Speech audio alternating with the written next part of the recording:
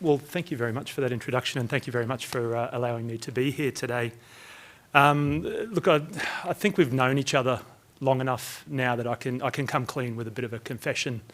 In addition to fiscal, economic, financial analysis, I'm a massive fan of technology. I absolutely love it. But only if it adds value to me. Technology for technology's sake, not very handy, not very useful. It ends up in the rubbish bin or the recycling, e-recycling very quickly. So something like smartwatches. Bought a new one recently. First day I used it out mountain biking, saved me from being lost in a forest for 2 days. Massive fan of it. Autocorrect. I correct it more than it corrects me, not a fan. It's off on my system. My dog's AirTag, which lets me know when I'm at work that it's decided to take herself for a walk, massive fan. But an app for my coffee machine that allows me to remotely make a pour, but then doesn't put the cup underneath the coffee machine, not a massive fan at all. And so you get a bit of a sense of the way my mind ticks is that the benefits associated with the technology need to be there. One of the challenges, though, with technology is that it's actually got to be available and not something that's always better on the horizon. I think that's a challenge that people get into when making technology decisions, either personally or in business. You need to be cognizant of the overall direction that technology takes, and otherwise you might end up going down a whole bunch of rabbit holes that you need to unwind from. But you also need to make a decision from the technology that's available today. And you also need to know when to let technology go. And those still that are harbouring DVD players in their entertainment units, I'm talking to you. And in fact, if you've still got an entertainment unit, I'm also talking to you because they're now redundant. And so my presentation today isn't a futuristic discussion about looking forward, but it's focused on the here and now. I'll showcase some business technology solutions that the Victorian PBO's using. And it may hopefully prompt some thinking for yourselves about where you're currently at and things that you might like to do in the here and now. I'll also provide some wider perspectives around the Parliamentary Budget Office in tune with the next 10 years of PBOs, both from experience as a public sector auditor and also a Parliamentary Budget Officer. There's a lot of parallels in those two. But first, I'd like to give you some context. And I'll start across both the objectives and the functions. The first, in terms of objectives, there's a little, I'm sure you all understand the Australian PBO very well, but while there's a lot of similarities in the Victorian PBO's legislation and the Australian PBO legislation, there's some key differences. And so the first one's around the objectives. My main difference is around the key issue of public debate and the referencing of the Victorian community in the objectives of my Act, which is a little bit different to the Australian Parliamentary Budget Office's objectives. And so we have an explicit focus on the Victorian community and the citizens of Victoria.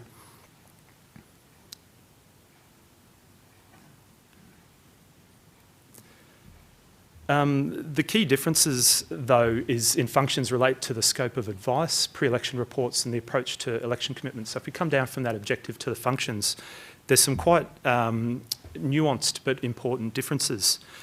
So in terms of election costing services, the Australian PBO has a caretaker period, which you'd be well familiar with. The Victorian Parliamentary Budget Office has a election costing period. We're in one now with an election on the 26th of November this year, or this month. Our election costing period started on the 3rd of May with the second reading of the appropriation bill. So we've been working under our election prioritisation for parliamentary leaders since that point. The APBO has a mandatory release of requests and costing responses, whereas the Victorian Parliamentary Budget Office absolutely maintains the confidentiality of all of the requests and responses that we provide to both parliamentary leaders and members of parliament out of the election period. And it is up to the member of parliament or the parliamentary leader to decide whether or not they choose to publicly release it or not. And certainly an earlier discussion was around that particular issue in the media yesterday. In terms of advice, the objective of the Australian PBO, as you saw, is an analysis of the budget cycle, fiscal policy, and the financial implications of proposals. Within my functions, the Victorian Parliamentary Budget Office has a very broad mandate of matters of fiscal, economic or financial importance. And so, as you can imagine, that opens us up to pretty much anything you can think of will generally have a financial, economic or fiscal impact. But again, it's provided confidentially to the Member of Parliament or the parliamentary leader that provides it. Now, one of our challenges is that the Victorian Parliamentary Budget Office, and I'm not proud of this fact, is the only parliamentary budget office in the world that doesn't actually have the ability to report on self-initiated work. I did share that with France up until a couple of years ago. My understanding was that was related to, went all the way back to the French Revolution as to why they couldn't do it. But more recently, they've been given the ability to produce self-initiated reports, and I think that's a real constraint on achieving the public awareness objective. But the biggest difference that we do is we produce a pre-election report where it's not in the Australian PBO's mandate. A pre-election report is an aggregation of the election commitments that a parliamentary leader may make. So if you like their election platform, we're able to cost that independently. And one of our earlier speakers spoke about before the PBO, might use the local tax accountant or, someone, in the party room.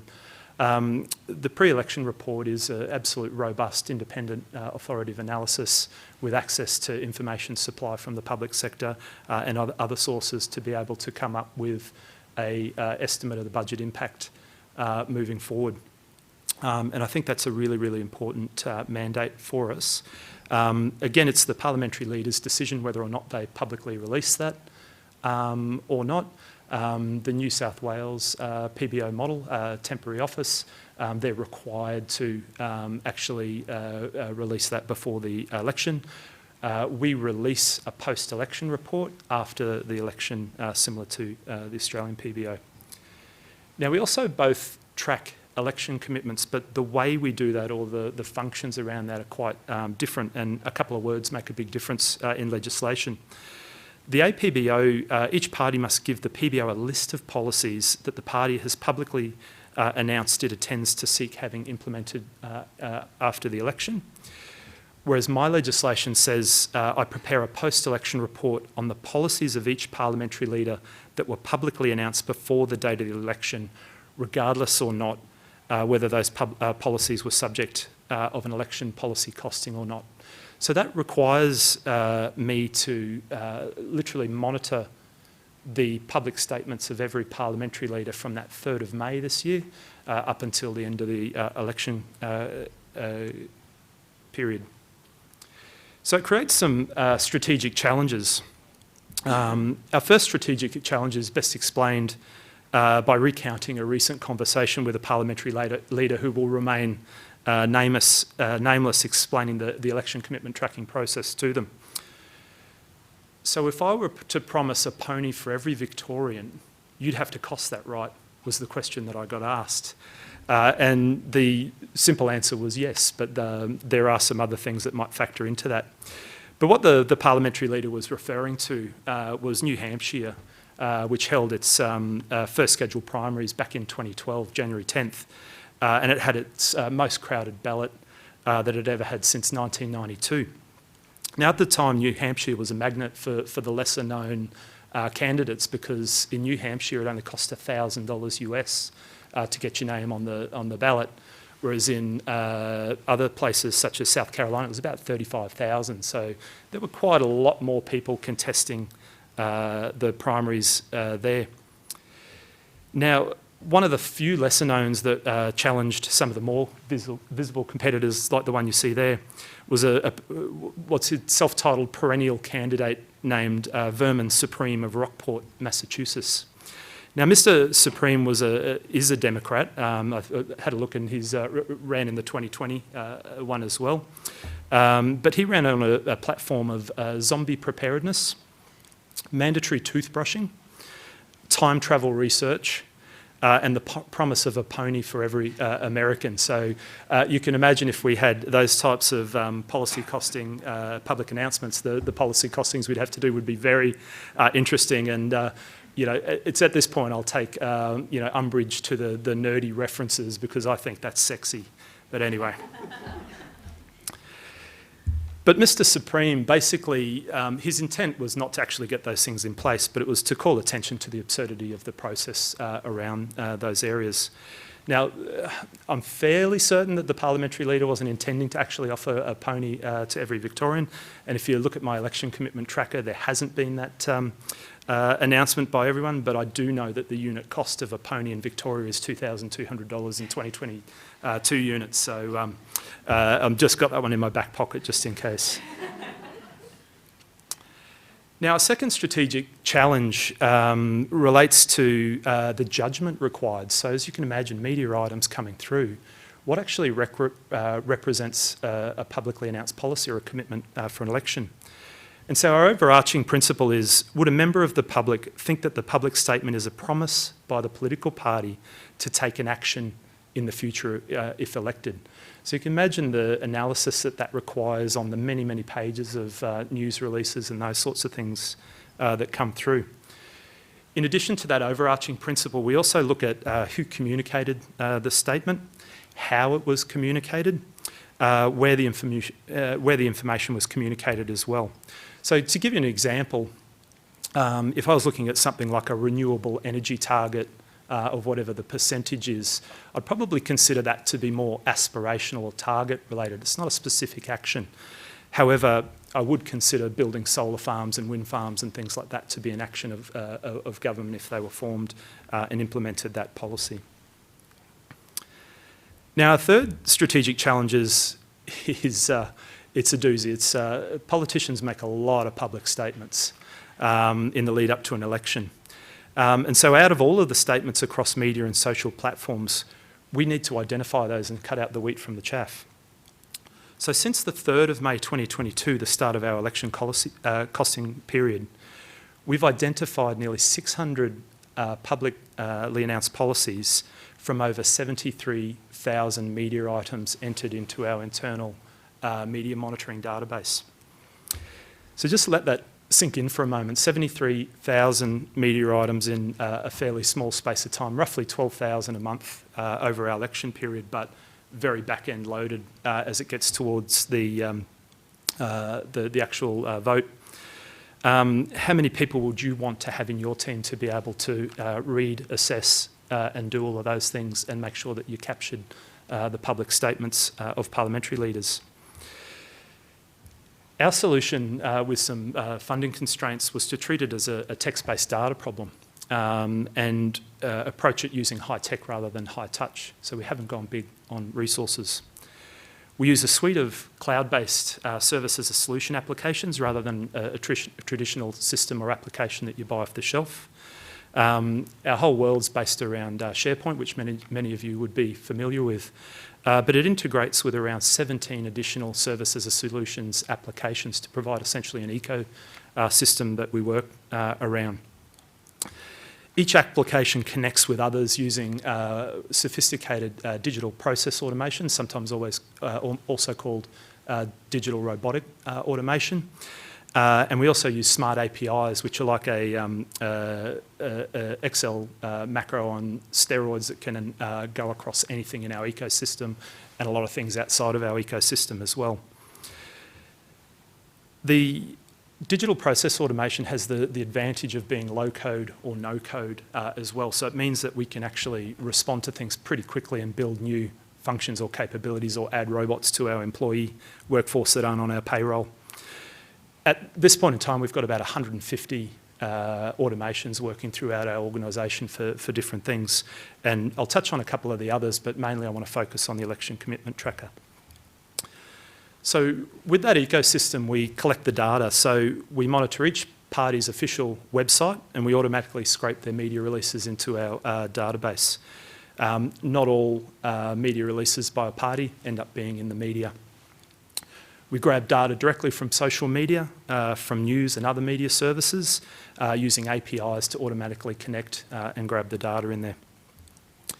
We store the data in a secure cloud database. There's quite a lot in there. We've been running the system since 2018, collecting all the media items in and outside an election period, so there is quite a significant amount of data in there, and it also becomes a reference for us when we're doing policy costings and advice relating to things that have happened years ago. We can also use that as a resource to work with.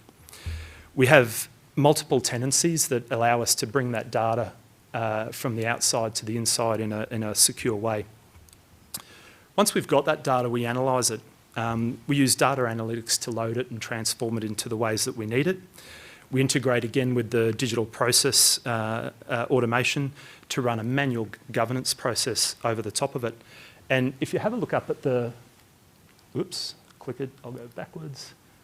If you have a look up at the top here, is in the last couple of months there's been a new capability add, and it's called Insights into Actions. And so from the traditional data analytics, where it actually allows you to look and see the data, we now have built our governance process around our information that we get relating to election commitment trackers. So each of those represent a step in our governance process where we're taking a very large number and filtering it into that list of election policy commitments.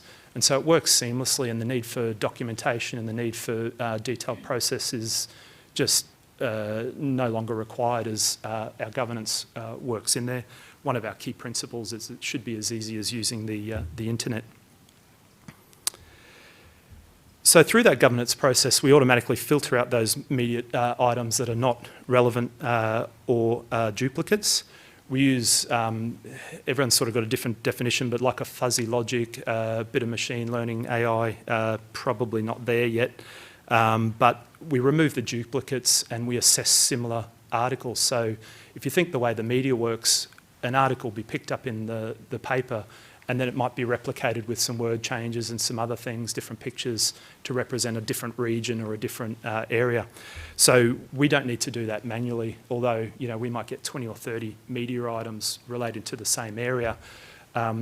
We tune and fine-tune the duplication process, and it's learning and evolving to cut out the duplicates, and that's made a massive improvement into the amount of manual work that we do. And we also remove a lot of swear words out of social media as well, so that's the other thing we do there. So once we get there, we form judgment. So running that governance process, my analysts assess the long list of the ones that make it in there for manual intervention. I have an election coordinator that's engaged for the election period, and they develop a shortlist providing feedback and coaching to the analysts to make sure that we're all on the same page and it's at an organisational level. I meet with the election coordinator twice a week to review any items for discussion, to provide any direction on judgments and changes, because all the planning that we can do, politicians didn't get that memo, so they're changing the game daily, and so we need to be able to respond to that on a data governance perspective. And we also review feedback from political parties and bring that in. So we might have made a judgment call, and whilst it's my independent decision, there may be feedback that I get from a political party that seems reasonable, and we may change that. So we put it up as an evolving process, but by the end of the process, when it's complete and done, that's the reference set. So as a result, our whole process is run by that election coordinator as only a portion of their role. And our analysts spend about an hour twice a week to refine the media items and identify the election commitments. So once that all happens, two things then need to occur. We make our election commitments publicly available on our website to support our objective of public awareness and debate as the 2022 election commitment tracker. And I will point out is we don't have a legislated mandate to do that, but I do have a transparency policy that says whilst I have a lot of confidential information that I can't share, hence why I can't talk about some of the analysis and advice, or most of it that we've done, where there isn't a confidentiality requirement, I take a pro-transparency point. And so the election commitment tracker is essentially public information, but it's served up in a way that would be impossible for anyone to go through the process that we go through easily, or probably be as interested as we are to do it as well. And so we're able to bring it together for people.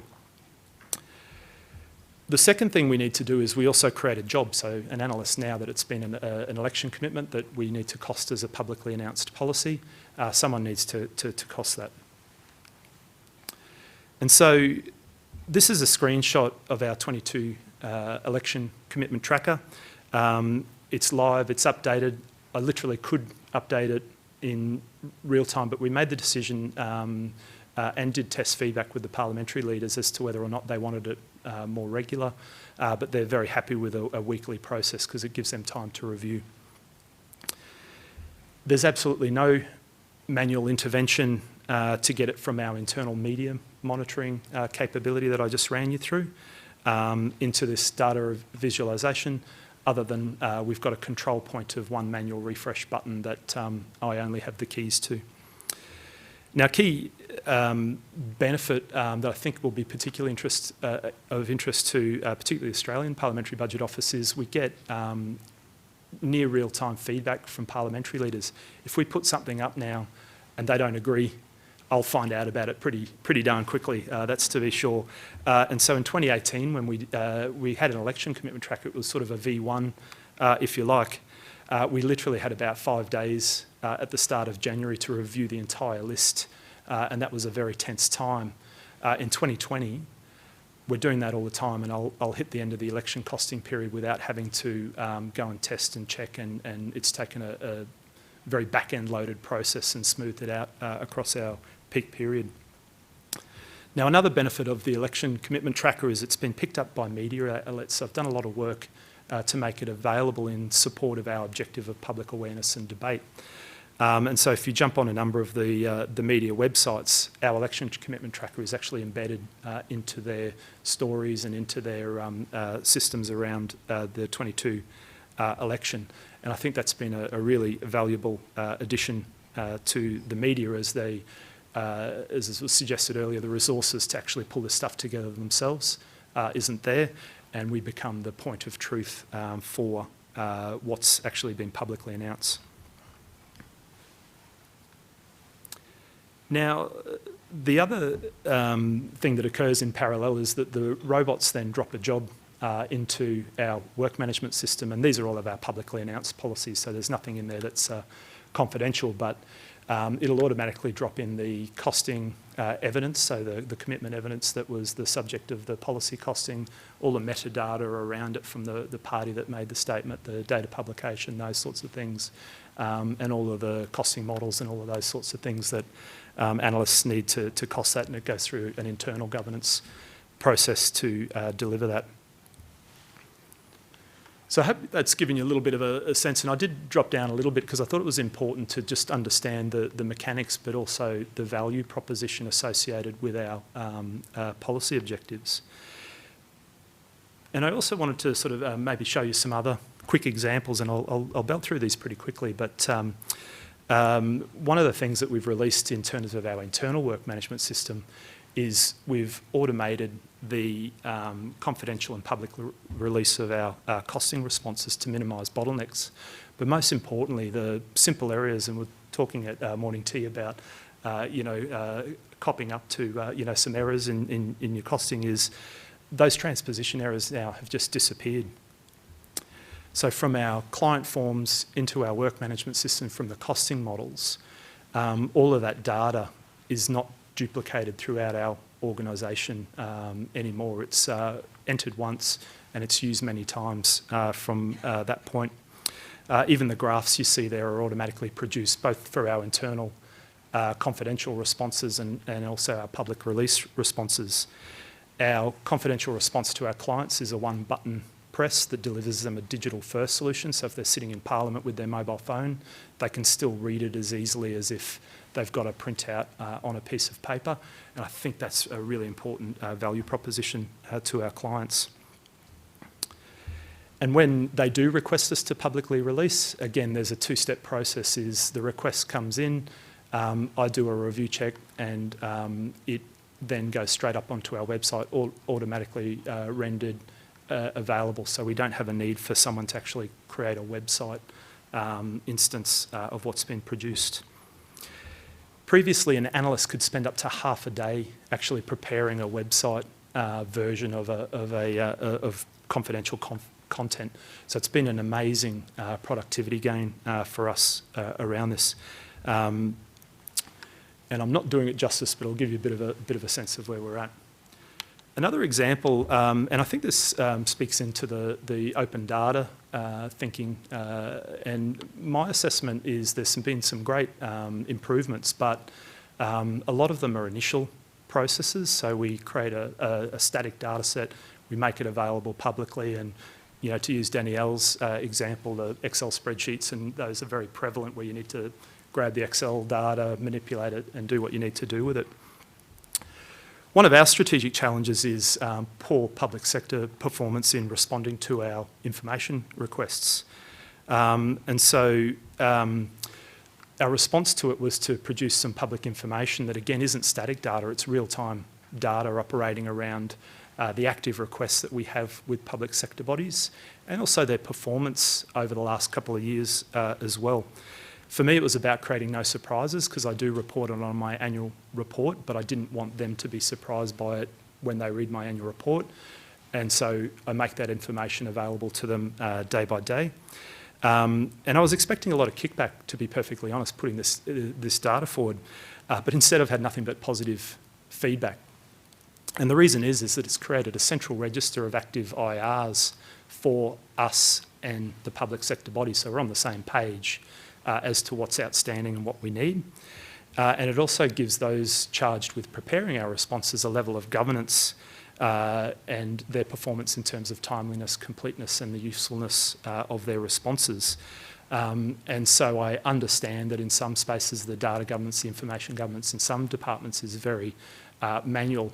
And so while someone preparing it can do a lot of work, it can sit in an inbox for a long amount of time. And so I think this is being used around that as well. And when I started to get phone calls and emails saying, hey, I think the date was the 11th and not the 12th, I know that it's doing something good. Now, all of that is, there's probably organisations that are doing it better, faster, quicker as well, but what makes this story really interesting is that I don't have an IT department, I don't have a finance department, I don't have a HR department, and I definitely don't have a comms team, although I'd really love one. I'm supported by an outsourced finance provider. They process my invoice and they use about a day a month. I've got an IT developer that designs and executes our solution, and I've engaged him for 2 days a month. I've got an admin for our database that we use for around half a day a month. And despite a fixed budget since 2017-18, other than initial specific funding, one-off funding for elections, we've been able to increase our productivity by 30 to 50% each year in terms of the responses that we can prepare and complete and give to our clients. And so this, to me, is a great example of the present day digital disruption that is in place, and what previously would have cost tens of millions of dollars to achieve this, and I know because I was in one of those projects in the banking industry in the 2000s, it literally costs tens of thousands of dollars to produce and get the value from. And it keeps, every time I work in this environment, it reminds me of, you're probably quite familiar with the saying, my phone's got more capability than the Apollo guidance systems that got man to the moon back in '69. But I'm going to give you the updated version of that. My USB-C charger has more technology in it than the Apollo guidance system had in it. So if our experience is anything to go by, it might be a good time to ponder Where are you in utilising the digital disruption? Now, to answer my own question from my very humble perspective of dealing with public sector bodies around requesting information, those that get the importance of digital disruption have a really mature approach to understanding our information requests. They have a centralised hub of analysts that handle all data queries, so there's the repeatability in the organisational capabilities. They're not slowed down by burdensome information governance processes. They respond rapidly and accurately. And they have the supporting technology or the enabling technology that allows them to get the job done. And most importantly for us, they're able to deliver the same data updated as we make repeatable requests over the years. My favourite response from those that didn't was, I'm declining to respond to your request on the grounds that it is not practicable, which is one of the reasons in our Act, as we could not deliver it within the legislated time frame. So it seems to be a self-lifting ice cream in terms of not being able to deliver on an information supply request. Other couple of points of focus, I'd also pose the question as to why do PDFs and Word exist for budget papers. There are so many users of budget papers that moving that into the digital world I think is absolutely critical. Every budget release, my team can spend up to 2 weeks actually sucking out the manual data from the budget papers to create a longitudinal budget model, which we've got now back to 15-16. It's highly labour intensive. We've got to assess the changes in project names and the geographic locations of investments. We've got to enter data manually and understand what's going on there. But it's just not necessary. It could all be automated and available very, very quickly. The benefit of that is that to our clients who can get that confidential advice to us, one of the key products that we provide them is, can you tell me what the asset investment's been in my jurisdiction, my electorate, over this period, which generally aligns when they've been they're coming up into an election, and we're able to produce that data, that advice to them very, very quickly. It's also incredibly useful in assessing budget baselines in policy costings. I too am very excited about the ABS, particularly their API project, and when that goes from beta to production, I'll be plugging in the last piece of the puzzle, which is not having to get anyone to take the data from the ABS site down into our database of Victorian fiscal and economic indicators. Everything else in our process is automated. So some wider observations beyond the data is the funding across the state level is increasingly reliant on Australian government funding. And so from experience in public sector audit, some jurisdictions for their audit capabilities have already added in information sharing provisions between the state jurisdiction and the Commonwealth jurisdiction for audit. And as other jurisdictions update their legislation, they're hoping that they add those in so that the sharing can occur. This concept hasn't been really considered with PBOs, and up until more recently in the scheme of things, there was only one PBO, so it couldn't really share with itself. But certainly it's an area that I think could be adopted as legislative updates are made. The economic benefit analysis, my final observation is that we look at the budget impact of policy proposals, i.e. the cost side of the equation. As part of my advice mandate, I quite often get asked to assess the economic benefits analysis of policy proposals. At best, we rely on primary research by external organisations that's been made publicly available or engaged by the government that we've requested and isn't confidential. But a key goal of any PBO is to level the playing field and ultimately increase the sophistication of policy debate. Scoping and funding a PBO to be able to deliver benefits analysis, I think, would significantly increase that sophistication. I think it'd lower the overall whole of government cost of benefit analysis themselves rather than drawing to external capabilities all the time. And I think it'll evolve PBOs just from looking at the cost side of the equation to looking at the value associated with the policy proposals that members of Parliament and parliamentary leaders provide. So in conclusion, I really like this quote from the OECD, and basically, their experience with international jurisdictions that have been operating since the 1930s and 40s is that there's a general trend towards a very narrow scope when a PBO is first put in place. But over time, they're viewed as important partners in promoting the credible fiscal policies and ensuring this fiscal sustainability. So having experience across both public sector audit and PBOs in Australia, I draw an interesting comparison to that. In simple terms, I liken an audit office to the rear view mirror. Now, some will argue, but in essence, a public sector audit generally will look 1 year forward to make sure that it's still a going concern, the entity that they're assessing. But they're more focused in hindsight. Did we get, from their performance audit, did we get effectiveness, efficiency and value for money out of the taxpayer spend? I liken the PBO to looking out over the bonnet and to varying levels towards the horizon. And I think forecasting longer-term fiscal sustainability and assessment of fiscal policy is definitely areas that are useful for a PBO to be involved in. I think they both have a similar importance, the Audit Office and the Parliamentary Budget Office, in managing or monitoring the finances of a jurisdiction.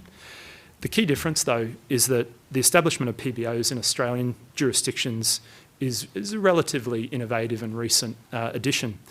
But audit offices have been in place since the middle of the last century. The 1860s, I think, was the first area, and turn of the century for the Australian audit office as well. So the key difference is time.